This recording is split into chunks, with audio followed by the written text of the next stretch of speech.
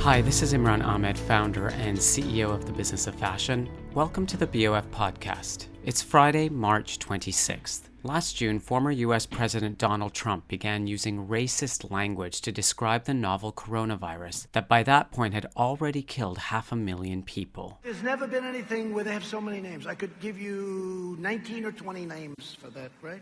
It's got all different names. Wuhan was catching on. Coronavirus, right? Kung flu, yeah.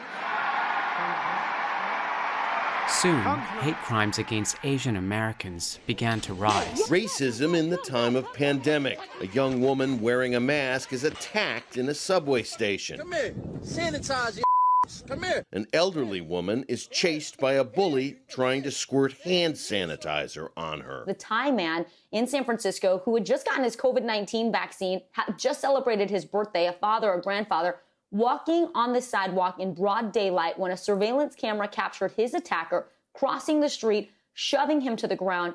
He never regained consciousness. During 2020, reported attacks against Asian Americans were up more than 150% in the United States. Many others went unreported, and the world looked on in horror last week as the attacks against Asian Americans escalated, when a lone shooter killed 8 people in Atlanta, Georgia, including 7 Asian Americans, 6 of whom were women. But anti-Asian sentiment is not new. In the US, it goes back to the 1800s when Chinese laborers first arrived to work on the railroads and in the coal mines. Official government policy at the time systematically discriminated against Asians. And this is not an issue limited to the United States. Around the world, Asians face overt and covert discrimination.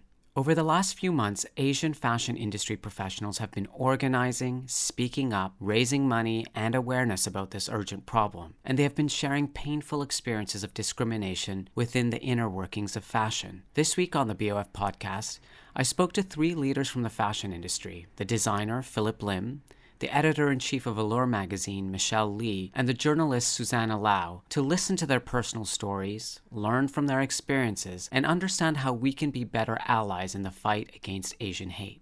First, I asked each of them to share their personal family histories and ties to Asian culture. This is Michelle Lee. It's funny because recently I feel like I learned that I hardly ever have talked about this. And so I've been asked this question so much more in the past month or so.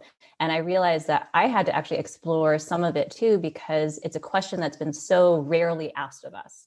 So I'm second generation Chinese American. My dad was born in China and came here when he was in middle school. My mom is also Chinese, but she was born here, mostly raised in Pennsylvania and New Jersey. So I grew up mostly in Connecticut in pretty much an all-white town. We were the only East Asian family, and the only other Asian family in town was my best friend who's Indian. And so I faced a lot of racism growing up, especially in middle school. I was absolutely tormented by kids. And so when I was 16, we moved to South Florida, where suddenly there was a lot of diversity. About half of my class was either Black or Latino, but I was still one of the only Asians. When I graduated college, I moved to New York City, started working in media, still one of the only Asians. So I feel like in my entire life, I've been sort of used to being the only one or one of the only. And so especially when I was younger, I feel like my tactic, I guess, was assimilation. And so it's a lot of what we were taught, but a lot of, I guess, that I saw too. I really didn't understand Chinese culture besides what I saw in my family. So it really wasn't until, really later in adulthood where I started to realize that being seen as the other was something that I could actually use to fuel what I did. And so I've started to really use that just in who I am as an editor and also what we do at Allure, just with diversity and representation. But I remember really vividly, seeing this wave of Asians in fashion when I saw Philip and Prabal and Jason, and then also creators like Susie and Ami and Chriselle and everything. And I have to say, thinking back, I think it was the first industry where I saw really visible Asians in a mass group. And so I've always been really thankful to that. Okay, thank you, Michelle. Susie, why don't we start with you next? So I was born in London, raised in London. I've never lived anywhere else. My parents are from Hong Kong. So I'm second generation Hong Kong Chinese. And I grew up above a takeaway. A lot of obviously Chinese immigrants operated Chinese takeaways in the UK. So I was always actually really super connected with my culture. My mother tongue was in fact Cantonese, not English. I remember going to like nursery and not being able to ask where the loo was. I was always taught to be actually super connected with my culture. But even in a city like London, which is incredibly diverse, and I've always gone to school in very like mixed environments, you're still made aware of your otherness because everyone's aware of their otherness. And so it projects itself in a kind of slightly different way where it's much more like compartmentalized, and like each group has their own thing going on, and it's like it's not necessarily that kind of like harmonious mix that like politicians like to say that it is about cities. And then when I graduated from uni, also in London, went to UCL and started my blog, the self-publishing aspect for me was actually, now that I look back at it, like a way of maybe doing something for myself, because I didn't necessarily see myself in mainstream fashion media. So it manifested itself in this kind of bedroom blogging mentality where I could express myself freely and, you know, not necessarily open myself up for actually grappling and going into the industry the more traditional way. And then kind of going through the rungs of fashion, you kind of discover that you have to grapple with a few things really. A, classism, and B, also like, you know, the differentiation. Your differences are made aware to you constantly in covert and overt ways. And for me, I think I would say like maybe the last 3 years has given me more courage to take ownership of my culture, because I have seen in fashion that the Western-centric view is not necessarily the only view. You can see that creativity is globalized. Fashion is a globalized place. And I think going to China more or going to Asia more has really like opened my eyes in terms of we actually can have authorship and ownership of our culture. So that has been like, I think, kind of my mission online in terms of projecting that and promoting that. Okay, thanks, Susie. Philip, what's your personal story and heritage? Thank you, Imran. Hi, everybody. You guys, Michelle and Susie, it's crazy because I've never heard your stories and we're friends, you know what I mean? So I commend you, and God, it's going to be a tearjerker today, right? I commend you for sharing your stories. It's truly beautiful. Like Susie and Michelle, you know, it's we have different stories, and my story is this: my parents and their parents are from mainland China. During the Cultural Revolution, they left and they settled in Cambodia, and they lived there, operated their business and whatnot until 74, 75, the Cambodian genocide. And they were fortunate enough to escape that. My mother was telling me, you know, my father they lived on the coastline, and when the arrival of the guerrilla troops happened in the dark of night with 6 children, they had a boat, and they brought with them a neighbor who was a fisherman to hop on this boat and drive it along the coast to Thailand, or else it would all been over. So they settled in Thailand for a bit. They were sponsored by a Christian organization, settled in Southern California, San Diego, and then we ended up in Orange County. And you know, when you settle there, my mother always also tells me, she rarely tells me about the past, because none of you can imagine having to escape a revolution and also flee a genocide. And landing in the States, you're put into a home without understanding the language and just fending for yourself. So we grew up in Southern California, Orange County. Immediately, my parents are like, okay, assimilate. we brought you here to have a future. So that's what we did. We obeyed our parents, respectful children, the cultures about respect, did that head down. I was fortunate enough also to be in a community that was a spectrum of the Asian diaspora, the Thai community, the Cambodian community, the Vietnamese community, the Latin community. We're all kind of commingling. And I look back now, we're commingling, but there was such a huge presence of classism, colorism, all vying for that one little small space to survive and to become American. I grew up in playing sports. I remember my father, he was so different. And I look back and I get a lot of that from him, the eccentricity. And he would come, I was in a varsity tennis team.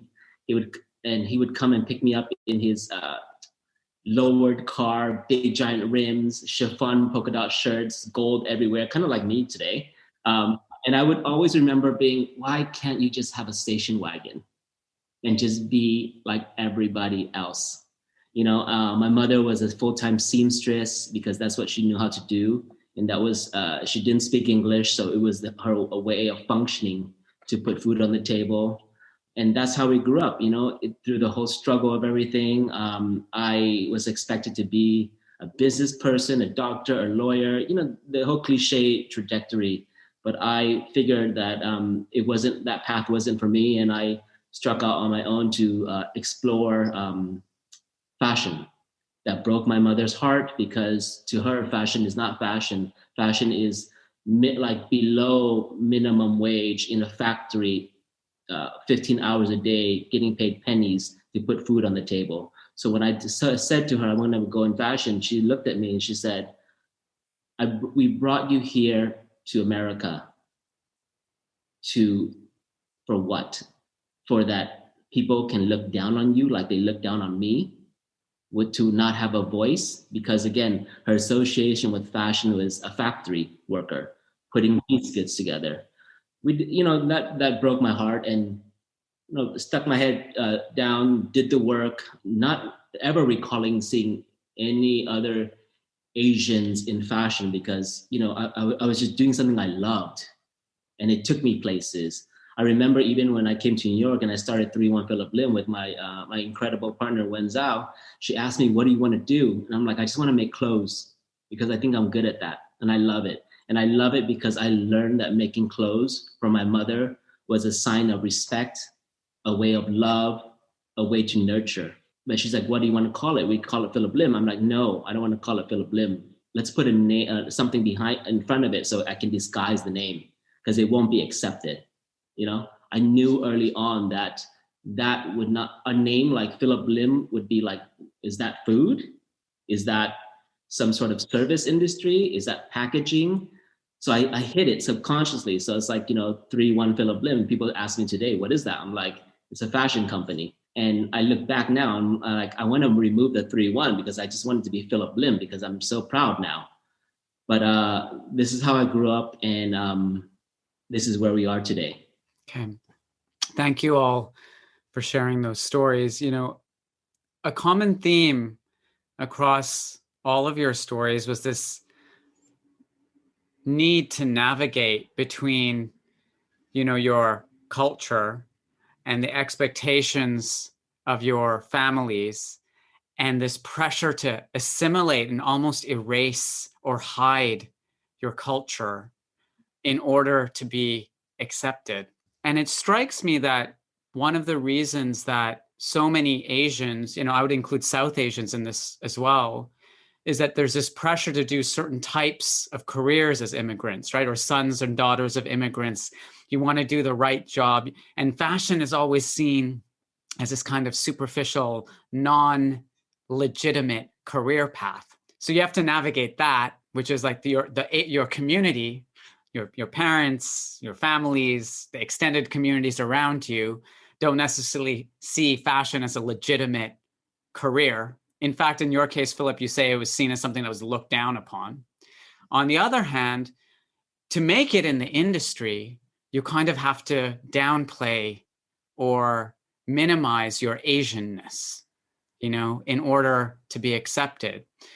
So over the last few weeks, as this terrible series of attacks has been playing out, how have things changed in terms of the way the Asian community is feeling in this last month, right? Because all of a sudden we see this everywhere. AAPI as an acronym is something that's, many people weren't even familiar with before all of this happened. What is the feeling of the community now, and what's different about this moment than this long history of anti-Asian sentiment? Why is this movement taking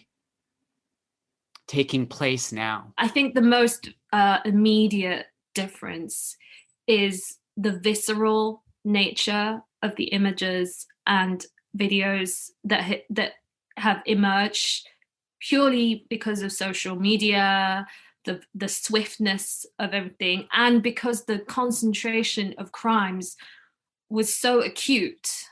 It has been so acute, and even if they happened before, which they did, we all collectively, and I've been sharing with so many different groups in my DMs, in my WhatsApp groups, in Clubhouse, on all these different platforms, everyone has these stories like pertaining back to their past, but they were sporadic. And they were always because they were sporadic, you would bury them. And then they would come up again, but then you would bury them again. And then the cycle repeats itself. But then this year, and particularly amongst Asian diaspora in the States and in Europe as well, where there are sizable communities of Asians, we've got the facilities to see it for ourselves and be confronted by it. And you can't possibly not be moved by it and dig deep into yourself to ask yourself why this is happening now, and what have you done, or have you been complicit in a part of that process? It's just, everyone that I've spoken to has had this reaction, and it is truly collective. I totally agree with Susie about the visceral nature of seeing some of the photos and the videos and everything. And I also think that in the past couple of years, we as a community have come together a lot more.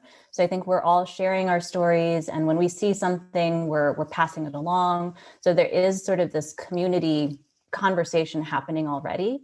But I think especially in the States, I think everyone has to remember for the past 5 years, essentially, we've been living in this political powder keg, basically, of where I wrote my first editor's letter after Trump was inaugurated about racism and about how I was really scared because I did see this rise back then of Asian hate.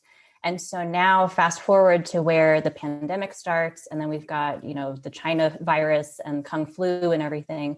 I think we've all been talking about it for a long time now, that we were nervous about this happening. So I think then when it started to actually manifest itself as actual violent attacks, it's like our worst nightmare come true.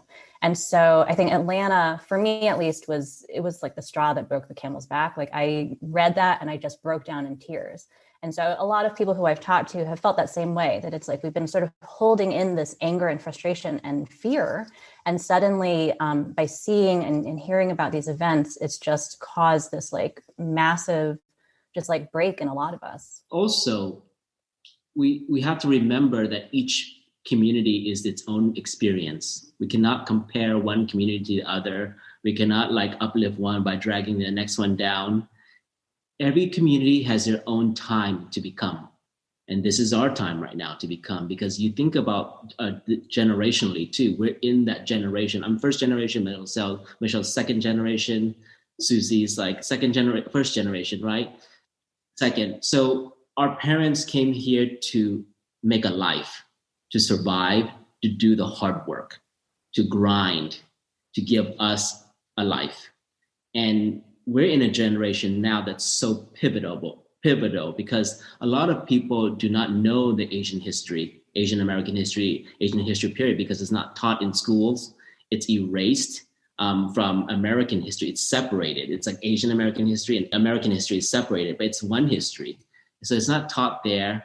And so this goes back to our generation right now being pivotal and why representation matters too. Because I guarantee you, a lot of us, when we see each other, when we know each other exists, we allow and we give and provide permission for each other to speak up. And you're seeing this more and more across all industries, across all ethnicities. We're not a monolith. We represent, the category Asian is more than 40 different countries, more than 350 languages, different spoken, and but we're realizing that, and we understand that our generation has to stop it, change the narrative to ensure even a bigger, brighter, more confident place for the next generations to come. So I think that's what you're seeing too. And I've never felt so much unity and solidarity and openness to just reach out and not feel rejected. Yeah, I mean, it's been really inspiring for me to see the Asian community come together over the past few weeks. I've been checking in on my Asian American friends in particular. And one of the topics that has come up in my own conversations has been a really high level of frustration, not just with, Trump and Kung Flu and all of that rhetoric over the last year, but also the reaction of the police and the reaction of the media. And I wanted to spend a little bit of time on that because these were hate-driven attacks, but they have not been classified as hate crimes. And the media has not represented them as hate crimes. They have taken all different kinds of elements and given them much more priority in the narrative that they've been using, partially because the police themselves are saying, we are not sure, we do not have evidence that these are hate crimes. Can you talk a bit about that? I mean, Michelle, you and Susie, you are both in the media. Frustration, for sure. I think hate crime is difficult, though, because from a legal perspective, hate crime is a very specific thing to define. I think there's a difference, though, there's also this hesitance, I guess, to even call it racially motivated. And so when they're trying really hard to decouple it completely from race, that's when I think a lot of us get really frustrated. When it comes to public sentiment, though, I think it all kind of boils down to whether or not the mainstream thinks that there's a group that's oppressed. And so ultimately, unfortunately for Asians, because of the model minority myth, people don't think that we're oppressed. And they think that racism against Asians doesn't exist because there's that stereotype of Asians as we just study really hard and we all want to go to Harvard and become doctors and lawyers. And that's certainly a percentage of Asians, but it's not everyone. And so what ends up happening is that you have this huge mass of Asians, it's like a gigantic culture, who end up getting kind of erased from the story. And so, it's really tricky too, because I think as a member of media, I've definitely been watching, how it's been reported on, and using Atlanta, I guess, as an example. The way that local papers reported on the story versus how Korean papers did was vastly different. And so it's really highlighted a lot that representation in newsrooms is terrible. And so I also saw someone mention on Twitter too, that in some of the newsrooms down there, they had editors who were telling Asian reporters that they didn't want to put them on the story because they thought that they would be too biased. And so when we're getting so many just different stories and things not going right, it's really clear that something needs to change. I would say also from the UK perspective, the UK media, when you say Asian here, what East Asian, the main group that comes up is Chinese. Like for instance, on our census forms, Chinese is like its own separate kind of category as opposed to Asians. And then the conflation of Chinese and China in the media is that they are affluent. They are a growing superpower. So that it's like a conflation with the country and the economic growth that is going on there. And then a sort of like kind of a broad washing over the diaspora and the different communities that are here. So yes, it is a complete, like, not deliberate, maybe not, well, maybe depending on what publication we're talking about, but definitely a subconscious minimizing of this problem because they don't see it as a problem, because they are thinking, oh, Asian, Chinese, Crazy Rich Asians, China as a growing superpower. And, it just becomes this sort of subconscious thread. And also, there's a general distrust in law enforcement and the justice system amongst Asian communities in general, because going back to this monolithic myth, even a lot of the attacks, if you notice, they're happening on Asian elderly and Asian women and certain minorities within the communities that really don't have the resources. Even if they were to report these crimes, there's a language barrier there. So even in the system too, it's printed in Chinese and maybe Korean or Japanese, but what about Cambodian? What about Thai? What about Vietnamese? What about all the endless languages are very different. So there's no way to even report this. And also hate crime is so complicated, as Michelle says. It's like the federal versus the local, it's all defined separately. And I think another point that I would love to make is like, because we don't understand it, because we have a history of treating Asian community as a monolith, there's no universal symbol to signify hate crime. For example, in the Black community, you saw in the Capitol attacks, there was hanging of a noose, and immediately you understand what that is. In the Jewish community, swastikas, you understand where that comes from. In the Asian community, can we identify that? There is a lack of, so even taking it down to that level too. So I think this is the systemic perpetual problem. It just prevents anything from happening. And right now, there is in America through Congress by Congresswoman Meng and Senator Hirono, they're trying to pass this COVID hate bill and trying to desperately pass it so that we can identify and have legislation towards it. The other thing I wanted to address with all of you is the intersectional elements of this topic, right? So when we talk about Asians as a monolithic group, not only do we have to address the fact that Philip has raised, which is like there are many different types of Asians, right, from many different cultures. So that's one layer. Asians are also, from what I've been reading, have the biggest disparity between richest Asians and poorest Asians in many countries, right? And so when Susie talks about impressions that all Asians are wealthy and have, people see dollar signs or euro signs or pound signs when they see Asians, that, there's a layer of class here as well.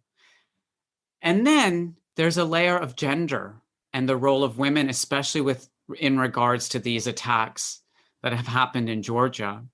Can you help us all understand how these these intersectional issues help to contribute and exacerbate some of the issues that we've been discussing today?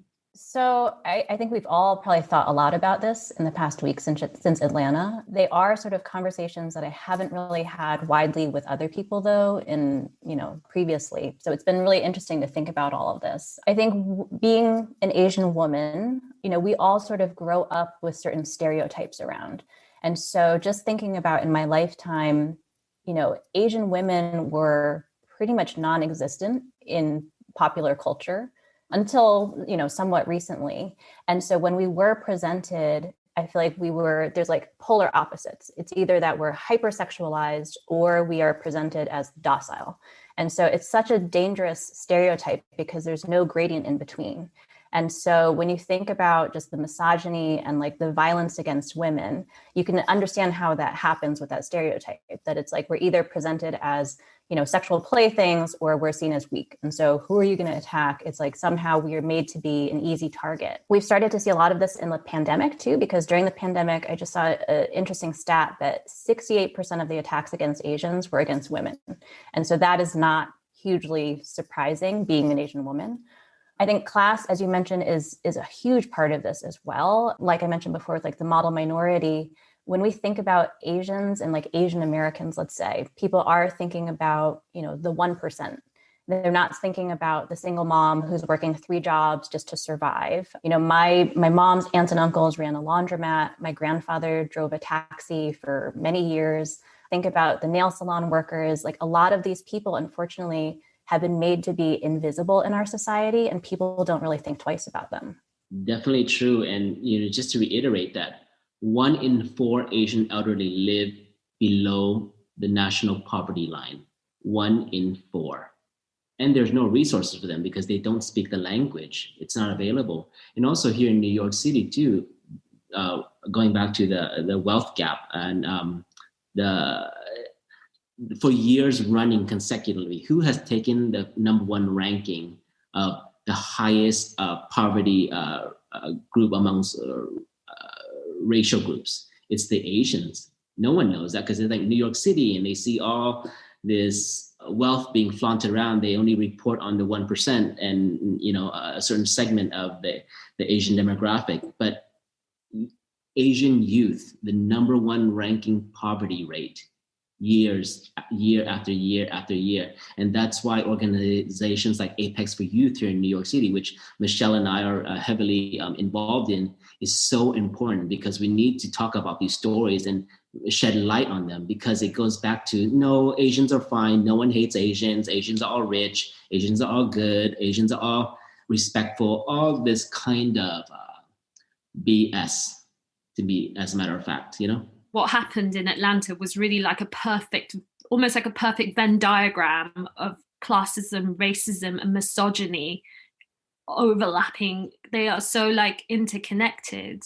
And if that, forgotten his name, probably I don't even want to remember his name, if he hadn't said that, the shooter had a sex addiction, actually that wouldn't have prompted the tidal wave of, commentary about the fact that women, the Asian women are thought of in this way, and they are attacked because of these stereotypes. And we forget the other stereotype, that tiger mom, either the bitch or the slave, nothing in between. And I don't know about you all, but all the Asian females I know, they're bosses. They're not bitches or slaves, They're bosses. They're loving bosses. I want to turn the conversation a bit inward now and talk about how this manifests in the fashion industry. And as you said, Susie, at the beginning, racism isn't manifested only through overt actions or attacks like the one we've seen, or like the ones we've seen over the last year. There are microaggressions. There are moments when Asian people in our industry are made to feel othered. They are made to feel like they shouldn't be there, or that they should feel lucky to even be included, right? Can you talk a little bit about how anti-Asian sentiment, in your experience and your observation, manifests itself in the everyday workings of the fashion industry? So, I mean, up until when I was starting out at the beginning, actually, I didn't have to put myself through, kind of any sort of aggression, because I was just self-publishing, and I was creating a bubble around me. But it was only when I entered into the industry and started being, kind of initiated into, the system of going to shows, dealing with big brands, PR agencies, I felt definitely the automatic pressure, to be one of them. And by them, and in the UK, it is also tied to class, to hide my background of where I came from, in terms of my parents being working class, and then B, minimizing my culture in order to fit into what it is still a really kind of elitist place. And it's populated by people from incredible backgrounds of privilege. So whether I imposed that on myself or whether it was imposed on me, it's still quite unclear somehow. But because it's so continuous and so kind of impressed on you, and it also applies to other kind of minority groups, I think, entering into the fashion industry, because you are made to feel like you should be so lucky to be there, because it has traditionally been, the people in power are largely white and male still. It was definitely back when I started, and it still is today. So there's no getting away from it. Like, wherever, whatever angle your minority or background you're coming from. Michelle, you work at Condé Nast, the most, famous, powerful, elite publishing company in the industry, which has recently had its own reckoning internally with race. How do you experience or observe issues that we've been talking about in the context of fashion and in the context of fashion publishing? Well, something Susie said before of, feeling like you're lucky to be there, but not knowing if it's self-imposed. I feel that so much, because I think in my experience, looking back, like I have thought about in my entire career, have I faced discrimination? Probably. But I think that's why sometimes this type of casual racism is so insidious. And it's because you don't know if it actually happened, or is it in your mind? Like, was it related to race? And so, I think I've experienced probably like microaggressions, like most Asians have, of being called the wrong name in a meeting, like just because there's one other Asian in the room, or Condé Nast is in the World Trade Center. So I've been stopped a couple times because I have been accidentally confused for an Asian tourist. So I've been pointed to the tourism entrance. I remember when I first got hired at Allure about 5.5 years ago, and someone had wrote that it was like the luxury European automobile being replaced by the cheaper Asian model.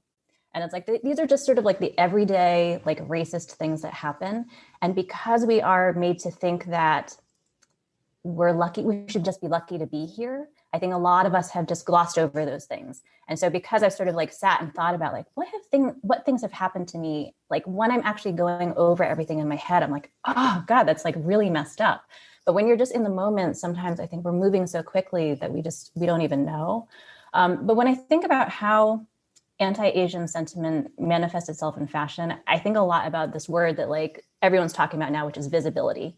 And so a lot of Asians are feeling like we're just not seen. And so in fashion, I think it's a lack of representation. And that manifests in a lot of different ways, whether it's models on the runway, designers in stores, it could be cover stars on magazines. I actually did a Google search before this just to look at some magazines. And let me tell you, there are plenty of magazines out there who have not had one Asian on their cover in a long time. And maybe they've had one. Since 2018, Allure has had 8. And we've got 2 more coming in the near future. And like these decisions don't happen by accident. It's not to say that we're only doing Asian covers. Like we've had a ton of diversity in a lot of senses, but I think that until there are people who are in leadership positions and decision-making positions, those things don't happen. And Michelle, I think that's such an important point, because on the one hand, Asians aren't well represented in positions of power in the industry, whether that be on the design side or on the business side. But the industry is constantly talking about Asians as customers. The role of the Chinese market and the obsession our industry has right now with the Chinese customer. And it sometimes occurs to me, if we're so obsessed with Chinese customers, why don't we want the Chinese perspective in our boardrooms? Why is it about capturing the Chinese dollar, but not having the Chinese point of view to help make some of the decisions? It's a great question. I mean, I think I've been thinking about this so much, and only also because I have been to China a lot in recent years, and because they are becoming a great creative force, and not just China, Korea, Japan has obviously always been an amazing creative force, and globalization, just generally more designers that aren't like created in the fashion capitals. And behind the scenes as well, amazing stylists, photographers, one says Zonglin, Leslie Zhang, amazing creative people.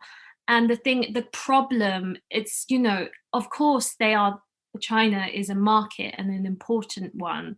But I think in the industry, and especially at like kind of senior exec levels at like, French houses, Italian brands, to them, it is generally all one and the same. And so they're not able to see like the creative contribution and the fact that we can be creative and voices in the conversation rather than just fueling the business. It's so true about creative forces too. Going back to the question you were asking too, I would be remiss if I don't speak about this from the inside, not just wanting to be a customer, but where it starts too. I came in this industry because I just wanted to design clothes. Early on, I didn't realize I'm going to come into this industry to check a box off, because that doesn't exist. When you are just a creative person, this is what you pursue. You do that. My love is design. And I realized early on when I came into the industry, I was passable, but not universally marketable. I was made to feel that I'm lucky to be here, to hold a spot, because it was that wave, and even calling it a wave, you know what I mean? And even to this day, when the industry says, oh, Black designers, Asian designers, white designers, that's literally microaggression. That's literally systemic. That's